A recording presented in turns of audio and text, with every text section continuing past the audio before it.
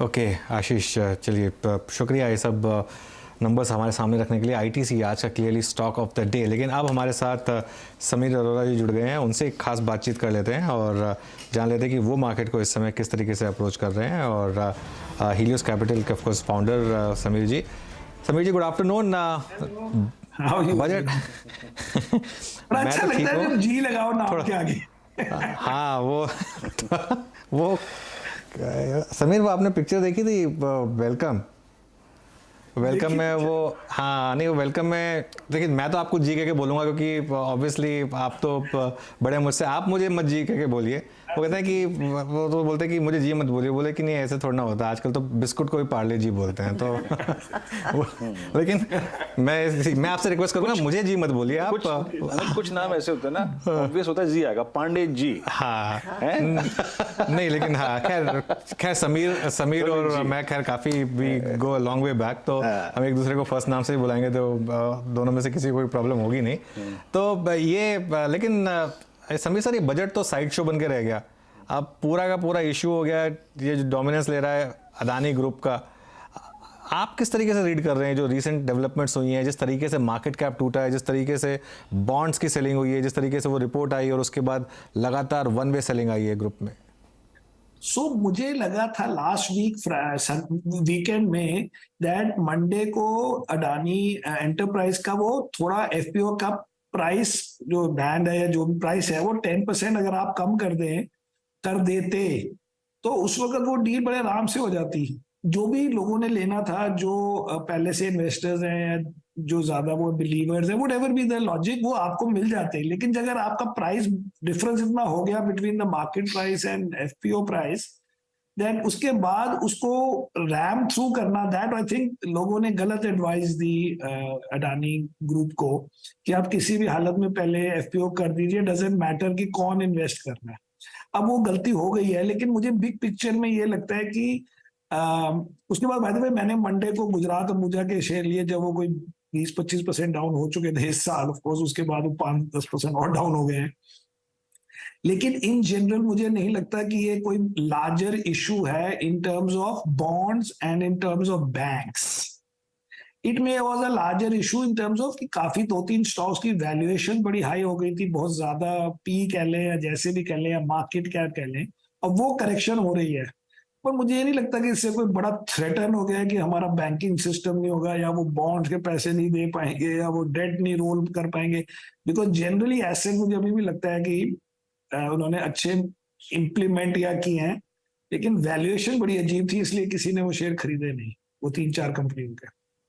ये जो कंपैरिजंस हो रहे थे पास्ट एक्सीडेंट से, ये आपको लग रहा थोड़ा अनचैरिटेबल है, इवन ग्रुप को लेकर और इवन बैंकिंग सिस्टम को लेकर? हाँ बिल्कुल, इनफैक्ट मैं तो पर्सनली बॉन्ड लेने वाला हूँ अडानी पोर्ट्स के। वो 85 वगैरह में मिल रहे हैं, एक साल के लिए मेरे को 18-20% डॉलर में मिल जाएंगे। सो आई डोंट सी दैट कि कोई इतना बड़ा इश्यू हो गया।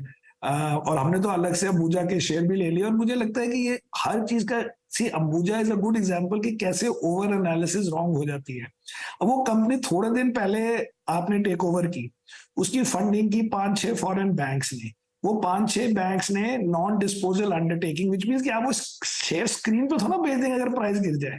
पहली बात तो 385 प्राइस में वो टेक ओवर या जो भी हुआ था, 380 जो भी हुआ था, उसके बाद अगर 6 लोगों के पास वो पूरी कंपनी है, 6 लेंडर्स के पास, तो किसी को क्या लगता है कि वो स्क्रीन पे आके एक बंदा अपने शेयर बेच जाएगा 5% ऑफ द कंपनी? ऐसे तो ना काम होते हैं। वो इजीली पूरा पैकेज, अगर ना खुदा ना करे वो अगर करना हो, तो वो आप आगे किसी को साल बाद किसी और बिडर को भेज दो जो पहले बिडर थे, या समीर जी सर एक सेकंड, उसमें इशू, सॉरी आपने जो बात बोली, क्योंकि मैं इसलिए बोल रहा हूँ कि मेरी आज सुबह एक दुबई बेस्ड फंड मैनेजर से बात हो रही थी, वो भी एग्जैक्टली यही बात बोल रहे थे कि मैं तो बॉन्ड खरीदने वाला हूँ, बॉन्ड में बल्कि रिस्क कम है। थोड़ा सा उसको एक्सप्लेन किया जाए कि क्यों रिस्क कम है वहां पर। तो पहली बात तो ये है कि अगर आप बिग पिक्चर में बात करें और देखें कि इस साल कौन से बॉन्ड्स ड्यू हैं, तो वो 0 हैं। नेक्स्ट ईयर पूरे ग्रुप के आई थिंक कोई $2.5 बिलियन डॉलर के ड्यू है, और फिर अगेन 25 में 0 है, और उसके बाद वो शुरू होते हैं। जो पहला बॉन्ड है जो 24 में देना है, इजीली एक तो करंट एसेट्स है, करंट प्रॉफिटेबिलिटी है, करंट कैश फ्लो है, आपकी जो अग्रेशन है वो थोड़ी कम हो जाएगी, और होनी भी चाहिए। There is no need to be putting 50 billion and 60 billion numbers के हम इतने इन्वेस्ट करेंगे, बट $2.5 बिलियन आपके जो फर्स्ट $2.5 बिलियन, ये थोड़ा कि वो ही नहीं देंगे और पूरी स्टोरी खत्म हो गई, ऐसे थोड़ा काम होता है।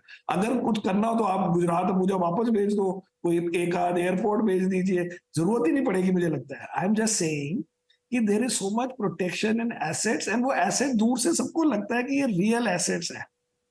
उनकी स्टॉक प्राइस के ऊपर इशू था, कोई ये नहीं कह रहा कि एसेट ही नहीं था ठीक।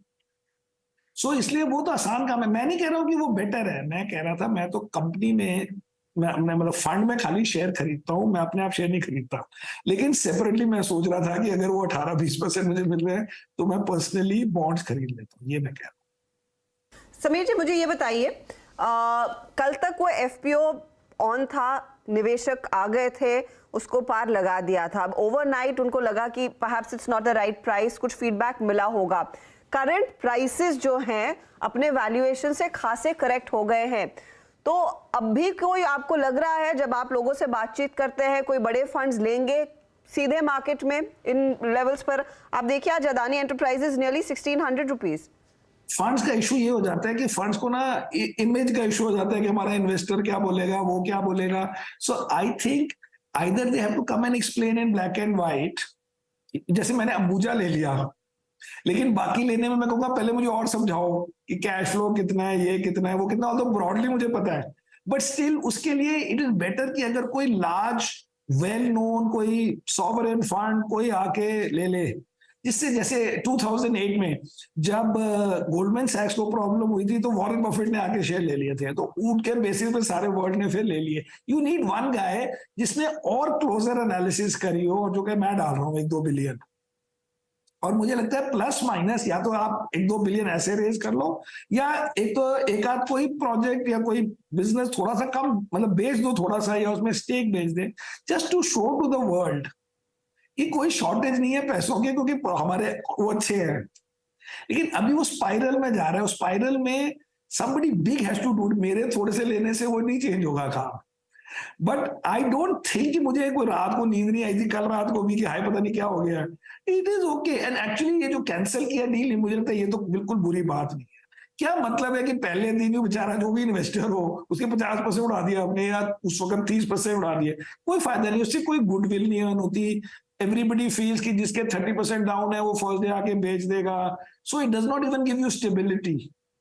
सो इट इज बेटर टू, जो कंपनी को 2 बिलियन रेस करने, वही मैं कह रहा हूँ वो 1.5 रेस कर लेते, 25% डिस्काउंट दे देते। It does not matter, those issues should not be कि अब हमने 3200 अनाउंस किया था, अब हमें 32 में बेचना है। ये उनकी गलती थी मेरे हिसाब से, एडवाइस की। अच्छा समीर सर, आपने कहा कि आपने एक अंबुजा में एक्सपोजर लिया, इसी आई थिंक पूरे एफपीओ की आड़ में आई थिंक बाजार ने बैंकों को भी तोड़ा, पीएसयू बैंक्स को तोड़ा, आईसीआईसीआई बैंक भी टूटा, इंडसइंड बैंक टूटा। ऐसा अगर आपको बैंक्स पर क्या व्यू है, आप क्या इस डिप में बैंक्स को भी उसी प्रोस्पेक्ट